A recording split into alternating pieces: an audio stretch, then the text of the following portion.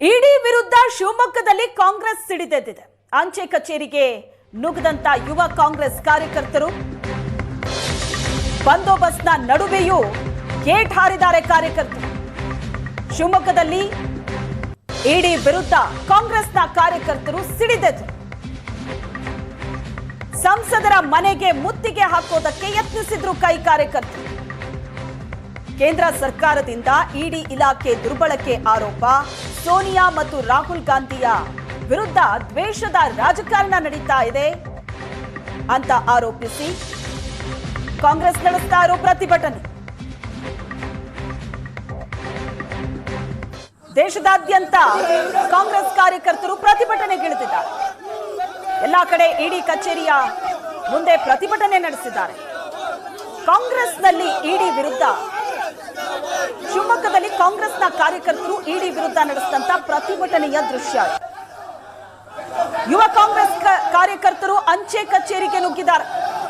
ಬಂದೋಬಸ್ತ್ ಇತ್ತು ಅಲ್ಲಿ. ಆ ಬಂದೋಬಸ್ತ್ನ ನಡುವೆಯೂ ಗೇಟ್ ಹಾರಿದ್ದಾರೆ ಕಾರ್ಯಕರ್ತರು. ಪ್ರತಿಭಟನಾಕಾರರನ್ನ ಪೊಲೀಸ್ ಚೌಕಿ ಬಳಿ ತಡೆದಿದ್ದಾರೆ ಪೊಲೀಸರು. ಸಂಸದರ ಮನೆಗೆ ಮುತ್ತಿಗೆ ಹಾಕೋದಕ್ಕೆ ಯತ್ನ ನಡೆಸಿದ್ದಾರೆ. ವಿನೋಬ ನಗರದಲ್ಲಿರುವಂತಹ ಸಂಸದ ರಾಘವೇಂದ್ರ ಅವರ ಮನೆಗೆ ಮುತ್ತಿಗೆ ಹಾಕೋದಕ್ಕೆ ಕೈ ಕಾರ್ಯಕರ್ತರು ಯತ್ನಿಸಿದರು. ಪ್ರತಿಭಟನಾಕಾರರನ್ನ ಪೊಲೀಸರು ತಡೆದಿದ್ದಾರೆ.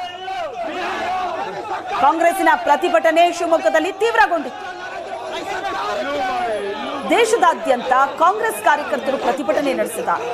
ಒಂದ್ ಕಡೆ ದೆಹಲಿಯ ಇಡಿ ಕಚೇರಿಯ ಮುಂಭಾಗ ಕಾಂಗ್ರೆಸ್ ಕಾರ್ಯಕರ್ತರು ಪ್ರತಿಭಟನೆ ನಡೆಸಿದ್ರು. ಬಹಳ ದೊಡ್ಡ ಹೈ ಡ್ರಾಮಾ ನಡೆಯಿತು. ಹಾಗೆ ರಾಜ್ಯದಲ್ಲೂ ಜಿಲ್ಲೆಯಲ್ಲಿ ಪ್ರತಿಭಟನೆ ನಡೆಸಿದ.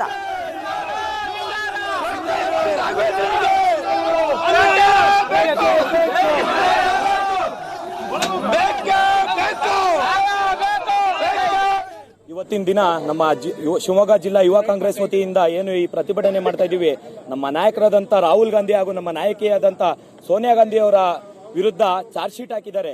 ಈ ಇಡಿ ಮತ್ತು ಐಟಿಯನ್ನು ಬಹಳ ದುರ್ಬಳಕೆ ಮಾಡ್ತಾ ಇದೆ ಈ ಬಿಜೆಪಿ ಕೇಂದ್ರ ಸರ್ಕಾರ.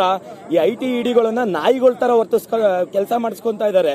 ದಯವಿಟ್ಟು ಈ ವಿರುದ್ಧ ಕ್ರಮ ಕೈಗೊಂಡಿರೋದನ್ನ ವಜಾ ಮಾಡಬೇಕು. ಇಲ್ಲ ಅಂತಂದ್ರೆ ಇನ್ನ ಜಿಲ್ಲಾದ್ಯಂತ ರಾಜ್ಯಾದ್ಯಂತ ಯುವ ಕಾಂಗ್ರೆಸ್ ಇಂದ ಎಲ್ಲಾ ಕಡೆ ಪ್ರತಿಭಟನೆ ಮಾಡ್ತೀವಿ ಅಂತ ಹೇಳಕ್ ಇಷ್ಟಪಡ್ತೀವಿ.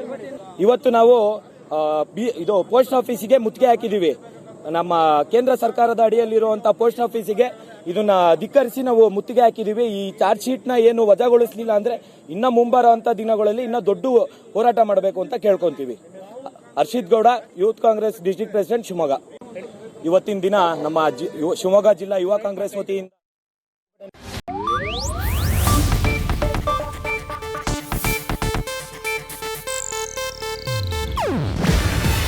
ಇದು ಏಷ್ಯಾನೆಟ್ ನ್ಯೂಸ್ ನೆಟ್ವರ್ಕ್ ಪ್ರಸ್ತುತಿ. ನೀವು ನೋಡ್ತಿದ್ದೀರಾ ಏಷ್ಯಾನೆಟ್ ಸುವರ್ಣ ನ್ಯೂಸ್.